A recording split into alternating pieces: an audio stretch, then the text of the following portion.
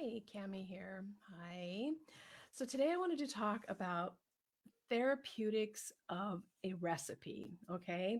So what do I mean by that? You get a recipe, you look up a recipe online, you've got a recipe book that you're looking in, and what do you look for as far as therapeutics go in a recipe?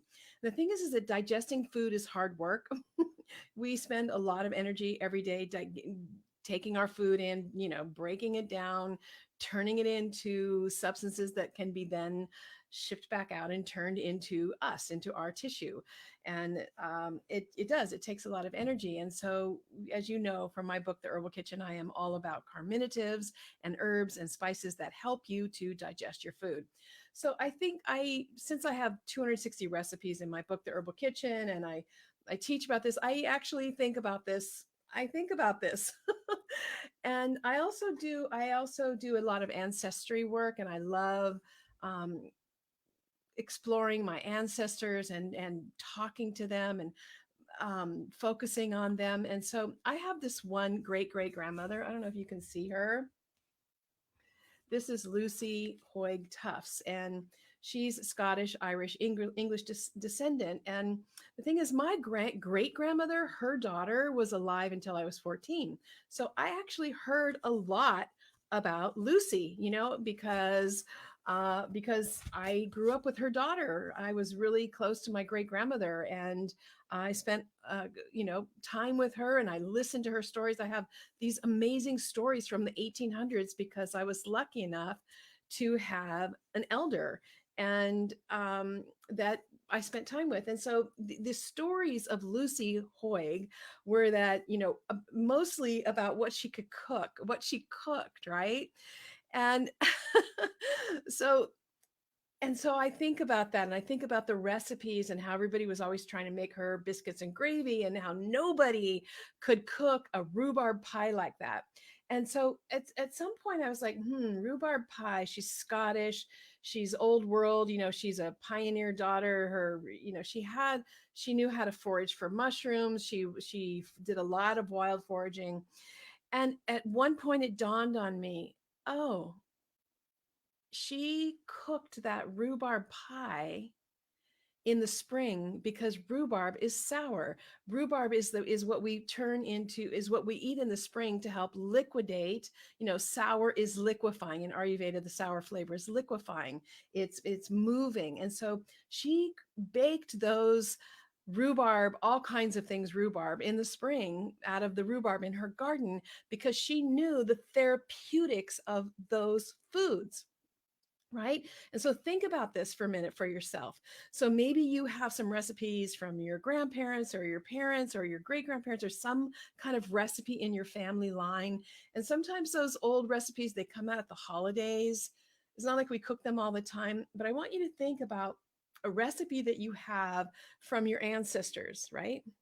And think about that recipe and think about the therapeutic value. So, like, what I mean is, like, what are the herbs and spices, and when was that food cooked, right?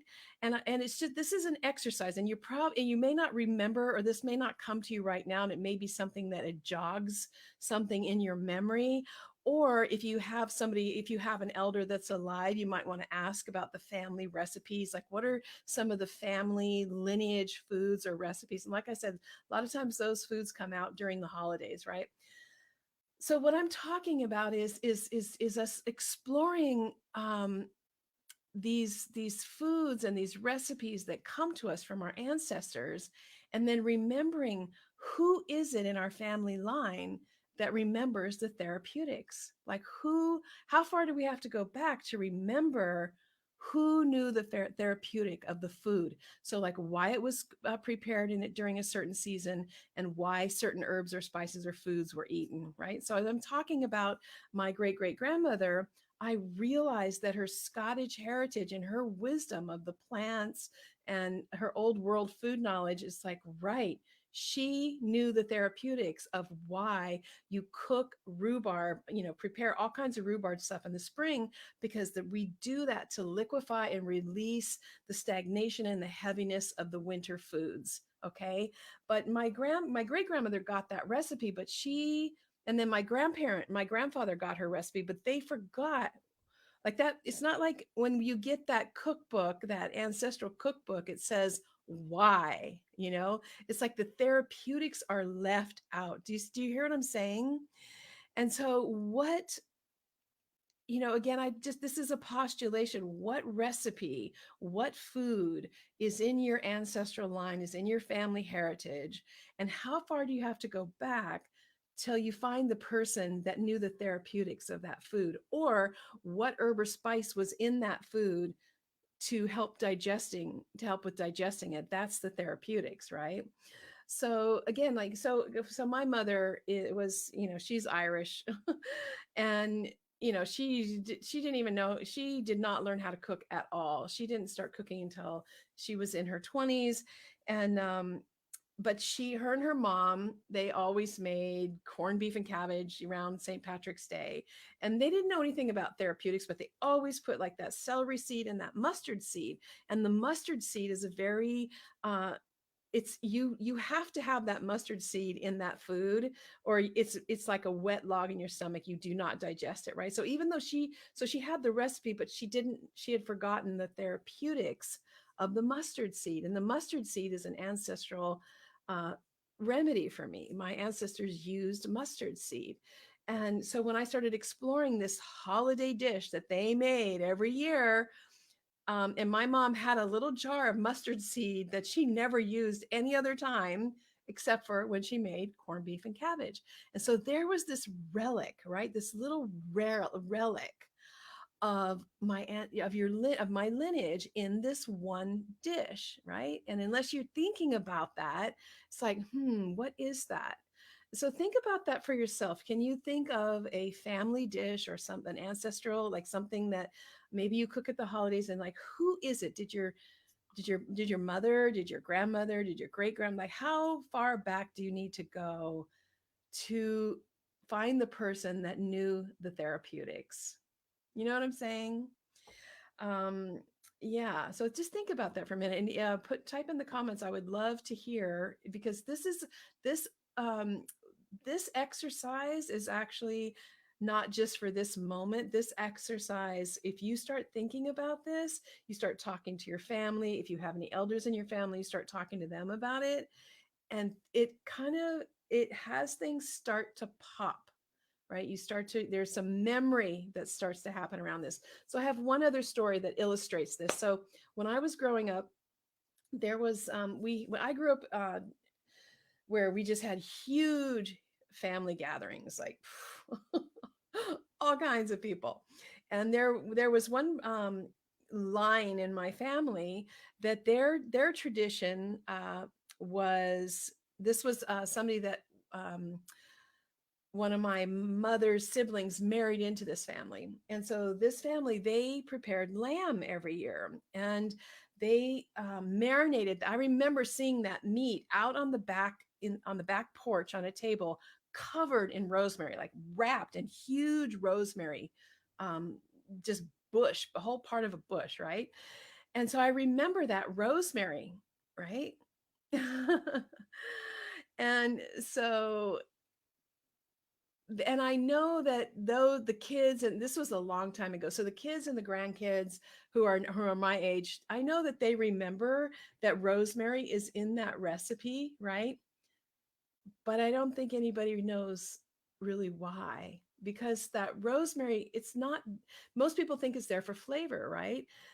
But it's not there. It's there for flavor. Yeah, rosemary is awesome. What is lamb without rosemary, right? But the rosemary was there to keep the meat from going rancid. Rosemary is a preservative for meat. And so that's the therapeutic. And that old timer, I can guarantee that he or his mom, probably his mom, knew the therapeutics of why the rosemary was used. Now we just think it's because we wrap it in rosemary for flavor. No, you wrap it in rosemary for therapeutic value, to keep the meat from going bad. And so that's what I'm talking about. Can you remember? Um, yeah, can you remember any recipe that maybe has a little relic, a little, I like to call them breadcrumbs. Like I had to start from complete scratch learning about herbs in my life. I started in my early 20s, 30 something years ago. I found out about herbal medicine and I've been after it ever since. But I had to start from scratch and I had to find these threads. And my parents and grandparents didn't really remember why the herbs were used. And so I just started paying attention to these tiny little things like the mustard seed in the corned beef and cabbage. And um, so it's something that it takes a little bit of thinking sometimes. And if you have any elders in your life, I really recommend interviewing them, because sometimes that can jog things in their memory. It took my grandpa years to tell me about these little tiny herbal things that he knew from his grandmother and his great grandmother. First he was like, I don't know, I don't remember anything, and then like over years he started to tell me just like a few things here and there. And so BJ is saying olive oil, a clove of garlic in my sister's ear. Your grandmother was a midwife. Yeah. So if your grandmother was a midwife, old time midwives, they knew about herbs, right? So you're really lucky. And Indigo says that reminds me of fennel being traditionally used as sausage. Absolutely. Yeah. So I don't know where, where you're where you're pulling, what the ancestral wisdom is, where you're pulling that from. But I know that my students that have Italian heritage very much talked about their grandmothers using fennel seed in like meatballs and sausage and things like that, right? And so again, we think that those recipes, that the spices are there for flavor, but that fennel is in that sausage to help preserve the sausage and to help you digest that sausage. Okay. So just, I would love to maybe sleep on this for a night and see if maybe something comes to you tomorrow. Maybe schedule to interview an elder in your family or maybe someone else's family, and see where you can find who is it. Like if you're lucky to have a parent or a grandparent that really understands the therapeutics of the herbs and spices in your food, wow, just thank them so much for giving you that, and for helping you to be raised and to have that knowledge. And so many, the majority of my students, we've had that cultural disruption. And so we lost that knowledge of the therapeutics of our food, when we eat which foods when, and which herbs and spices help us. And we have this relic of a spice cabinet, a spice rack that we think is all there for flavor, but it's really a relic of the therapeutics, like why we use all those herbs and spices to help us digest our food and for their therapeutic value. Because whether it be parsley, sage, rosemary, or cardamom, cinnamon, ginger, all of those herbs are carminative. They help you digest your food. And that's really the reason why they're in their spice rack.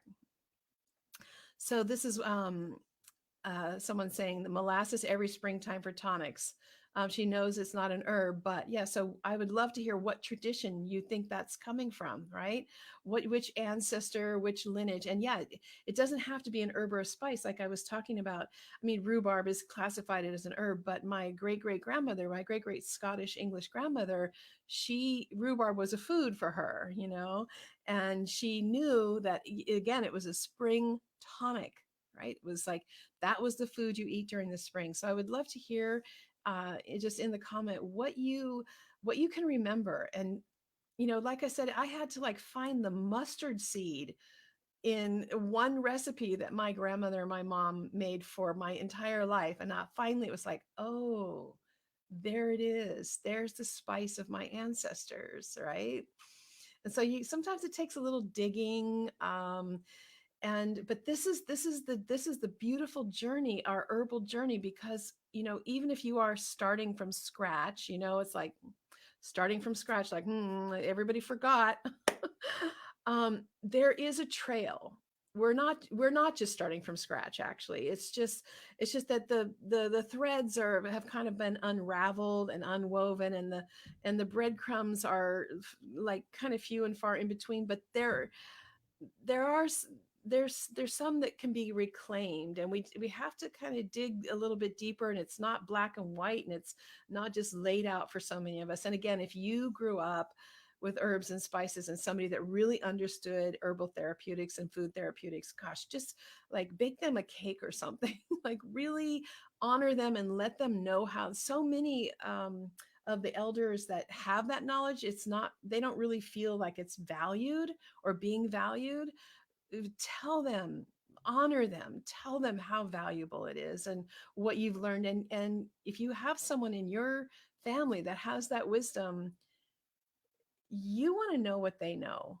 You want to know what they know, because herbalism, food medicine literacy, herbal food literacy is it's a generational art. You don't learn it in one lifetime.